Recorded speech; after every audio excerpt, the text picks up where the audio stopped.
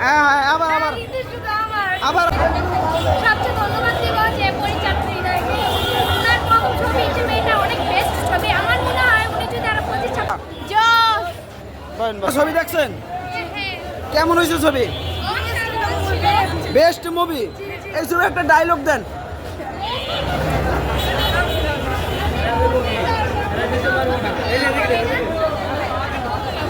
তা বলেন বলেন। ঋতু শুধু আমার। হ্যাঁ হ্যাঁ, আবার আবার ঋতু শুধু আমার। আবার আবার আবার ঋতু শুধু আমার। সাকিব খানের কি বলার আছে? সাকিব খানের শাকিব খান হচ্ছে সবার। সাকিব খান হচ্ছে সবার। ভক্ত আমরা, শাকিব খান সবার। আপনি কি বলবেন? বেস্ট একটা মুভি ছিল শাকিব খানের। আমি ছবিটা অনেক